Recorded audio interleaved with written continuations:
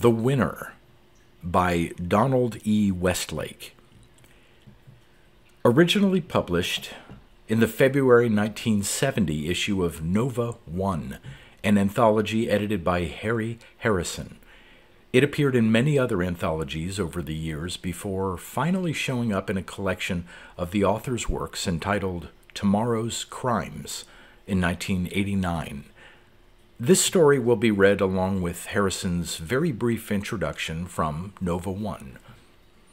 Read by Darrell T. Smith II for my channel, Quasar Spectra. Introduction by Harry Harrison. When the author of this story was presented with the Edgar, the award that is given by the Mystery Writers of America for the best mystery novel of the year, he responded but briefly with the shortest acceptance speech on record.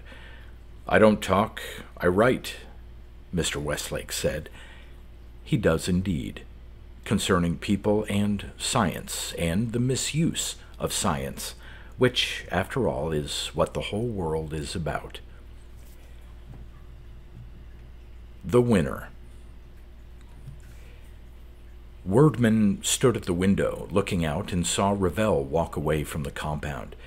"Come here," he said to the interviewer. "You'll see the Guardian in action." The interviewer came around the desk and stood beside Wordman at the window. He said, "That's one of them?" "Right," Wordman smiled, feeling pleasure. "You're lucky," he said.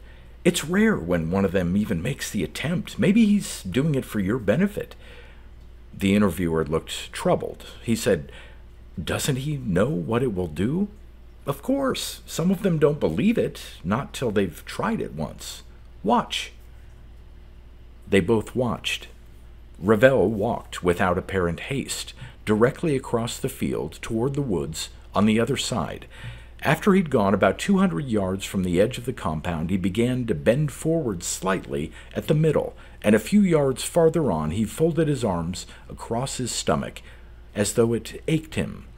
He tottered, but kept moving forward, staggering more and more, appearing to be in great pain. He managed to stay on his feet nearly all the way to the trees, but finally crumpled to the ground, where he lay unmoving. Wordman no longer felt pleasure. He liked the theory of the Guardian better than its application. Turning to his desk, he called the infirmary and said, "Send a stretcher out to the east, near the woods. Ravel's out there." The interviewer turned at the sound of the name, saying, "Ravel? Is that who that is? The poet?" "If you can call it poetry." Wordman's lips curled in disgust. He'd read some of Ravel's so-called poems. Garbage. Garbage. The interviewer looked back out the window. "I'd heard he was arrested," he said thoughtfully. Looking over the interviewer's shoulder, Wordman saw that Ravel had managed to get back up onto hands and knees, was now crawling slowly and painfully toward the woods. But a stretcher team was already trotting toward him, and Wordman watched as they reached him, picked up the pain-weakened body, strapped it to the stretcher, and carried it back to the compound. As they moved out of sight, the interviewer said, "Will he be all right?" "After a few days in the infirmary, yeah, he'll have strained some muscles." The interviewer turned away from the window. "That was very graphic," he said carefully. "You're the first outsider to see it," Wordman told him, and smiled, feeling good again. "What do they call that? A scoop?" "Yes," agreed the interviewer, sitting back down in his chair. "A scoop." They returned to the interview, just the most recent of dozens Wordman had given in the year since this pilot project of the Guardian had been set up. For perhaps the 50th time he explained what the Guardian did and how it was of value to society. The essence of the Guardian was the miniature black box, actually a tiny radio receiver which was surgically inserted into the body of every prisoner. In the center of this prison compound was the Guardian transmitter, perpetually sending its message to these receivers. As long as a prisoner stayed within the 150-yard range of that transmitter, all was well. Should he move beyond that range, the black box inside his skin would begin to send messages of pain throughout his nervous system. This pain increased as the prisoner moved farther from the transmitter, until at its peak it was totally immobilizing. "The prisoner can't hide, you see," Wordman explained. "Even if Ravel had reached the woods, we'd have found him. His screams would have led us to him." The Guardian had been initially suggested by Wordman himself, at that time serving as assistant warden at a more ordinary penitentiary in the federal system. Objections, mostly from sentimentalists, had delayed its acceptance for several years, but now at last this pilot project had been established with a guaranteed 5-year trial period, and Wordman had been placed in charge. "If the results are as good as I'm sure they will be," Wordman said, "all prisons in the federal system will be converted to the Guardian method." The Guardian method had made jailbreaks impossible, riots easy to quell by merely turning off the transmitter for a minute or two, and prisons simplicity to guard. "We have no guards here as such," Wordman pointed out. "Service employees only are needed here, people for the mess hall, infirmary, and so on." For the pilot project, prisoners were only those who had committed crimes against the state rather than against individuals. "You might say," Wordman said, smiling, "that here are gathered the disloyal opposition." "You mean political prisoners?" suggested the interviewer. "We don't like that phrase here," Wordman said, his manner suddenly icy. "It sounds commie." The interviewer apologized for his sloppy use of terminology, ended the interview shortly afterward, and Wordman, once again in a good mood, escorted him out of the building. "You see," he said, gesturing, "no walls, no machine guns in towers. Here at last is the model prison." The interviewer thanked him again for his time and went away to his car. Wordman watched him leave, then went over to the infirmary to see Ravel, but he'd been given a shot and was already asleep. Ravel lay flat on his back and stared at the ceiling. He kept thinking over and over again, "I didn't know it would be as bad as that. I didn't know it would be as bad as that." Mentally, he took a big brush of black paint and wrote the words on the spotless white ceiling. "I didn't know it would be as bad as that. Ravel." He turned his head slightly and saw Wordman standing beside the bed. He watched Wordman, but made no sign. Wordman said, "They told me you were awake." Ravel waited. "I tried to tell you when you first came," Wordman reminded him. "I told you there was no point trying to get away." Ravel opened his mouth and said, "It's all right. Don't feel bad. You do what you have to do. I do what I have to do." "Don't feel bad?" Wordman stared at him. "What have I got to feel bad about?" Ravel looked up at the ceiling, and the words he had painted there just a minute ago were gone already. He wished he had paper and pencil. Words were leaking out of him like water through a sieve. He needed paper and pencil to catch them in. He said, "May I have paper and pencil?" "To write more obscenity? Of course not." "Of course not," echoed Ravel. He closed his eyes and watched the words leaking away. A man doesn't have time both to invent and memorize. He has to choose, and long ago Ravel had chosen invention. But now there was no way to put the inventions down on paper, and they trickled through his mind like water and eroded away into the great outside world. "Twinkle, twinkle, little pain," Ravel said softly, "in my groin and in my brain, down so low and up so high, will you live or will I die? The pain goes away, said Wordman. It's been 3 days. It should be gone already. It will come back, Ravel said. He opened his eyes and wrote the words on the ceiling. It will come back. Wordman said, Don't be silly. It's gone for good, unless you run away again. Ravel was silent. Wordman waited, half smiling, and then frowned. You aren't, he said. Ravel looked at him in some surprise. Of course I am, he said. Didn't you know I would? No one tries it twice. I'll never stop leaving.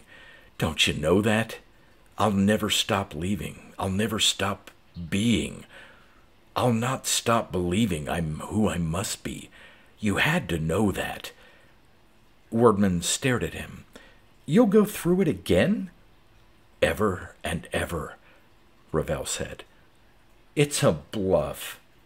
Wordman pointed an angry finger at Ravel, saying, If you want to die, I'll let you die. Do you know if we don't bring you back, you'll die out there? That's escape, too, Ravel said. Is that what you want?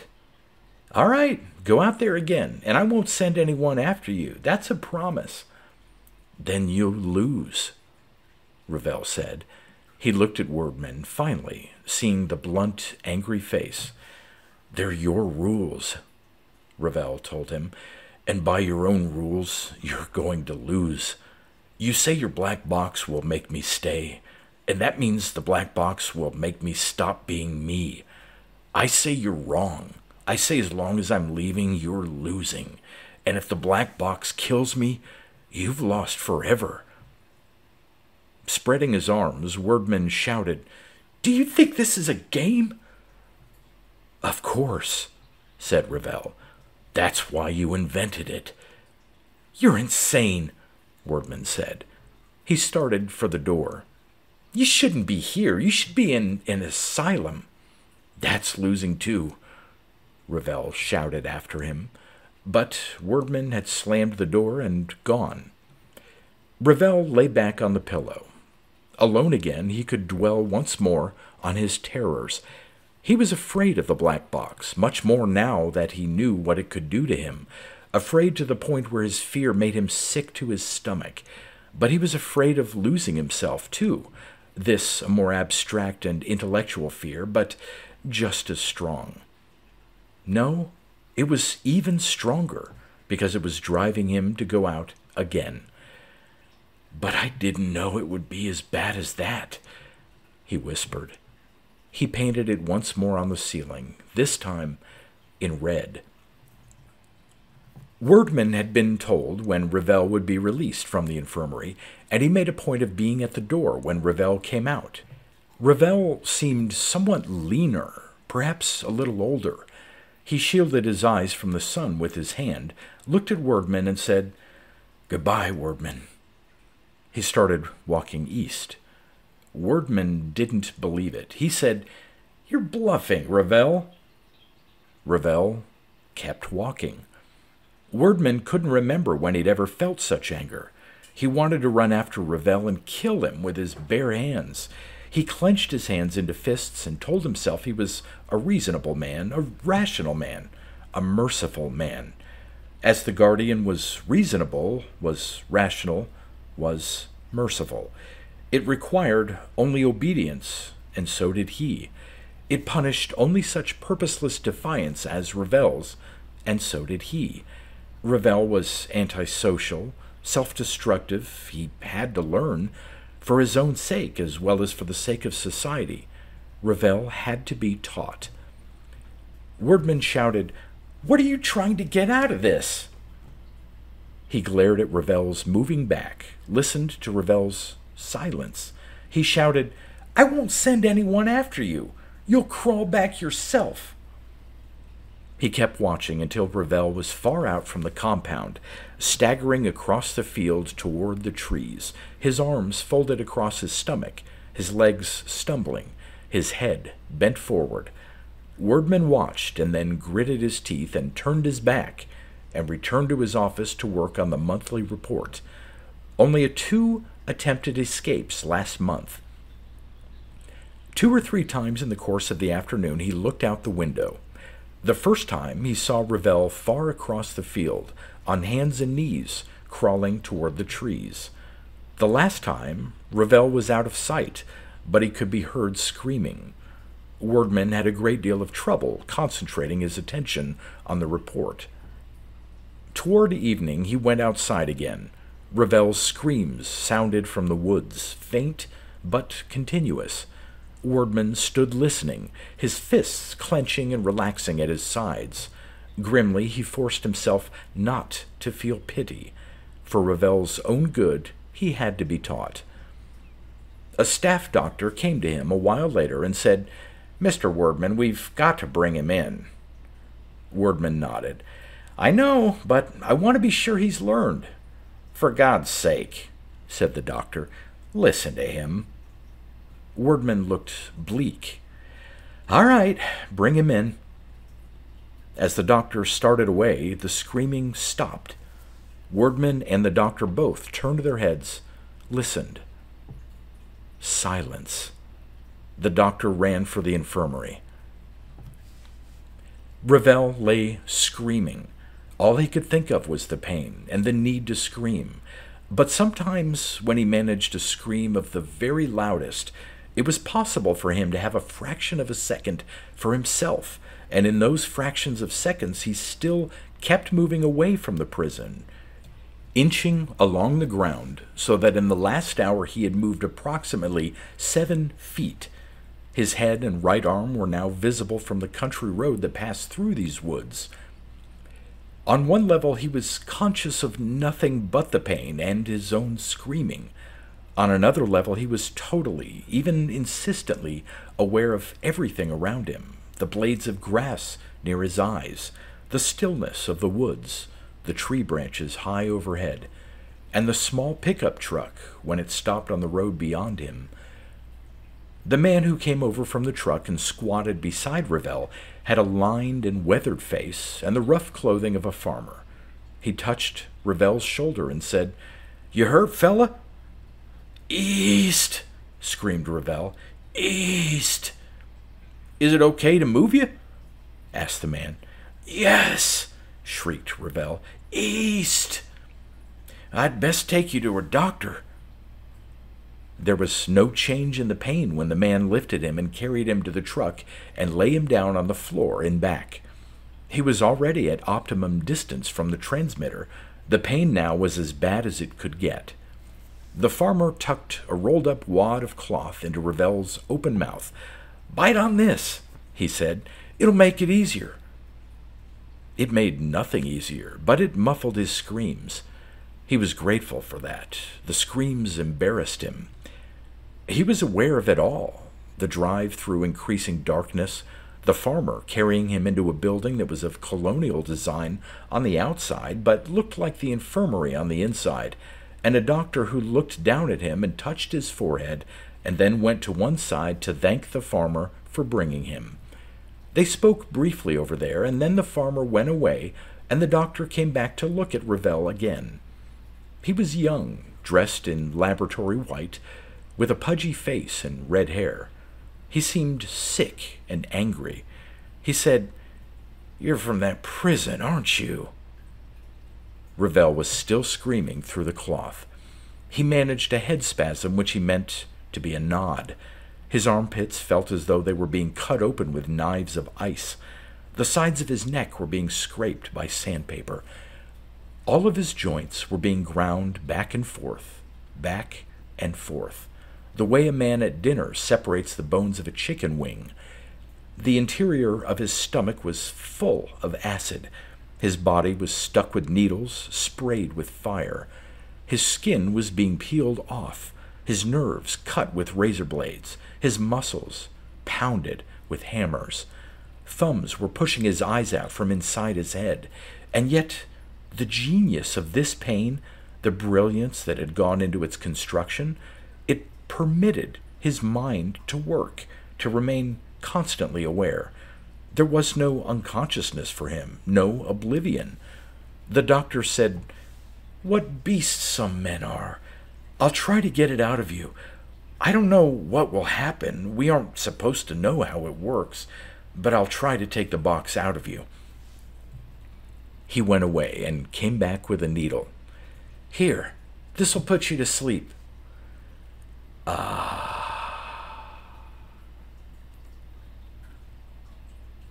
"He isn't there. He just isn't anywhere in the woods." Wordman glared at the doctor, but knew he had to accept what the man reported. "All right," he said. "Someone took him away.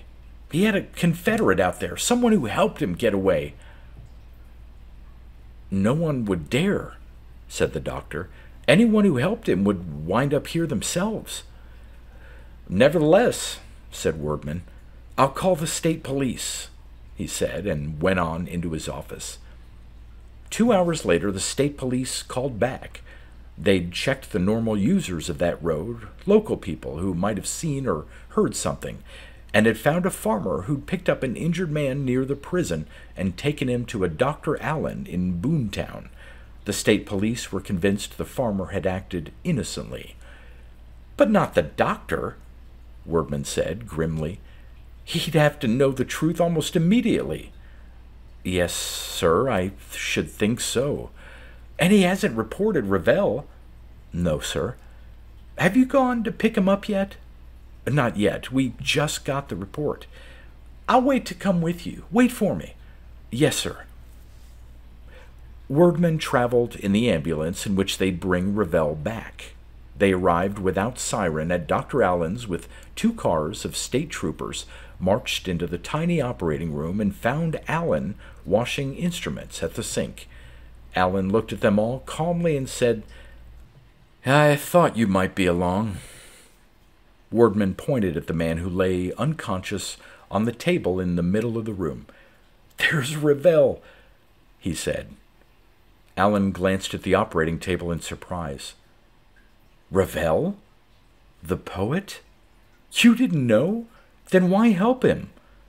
Instead of answering, Allen studied his face and said, "Would you be Wordman himself?" Wordman said, "Yes, I am."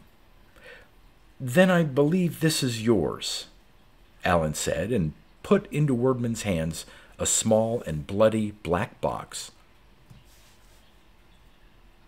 The ceiling was persistently bare.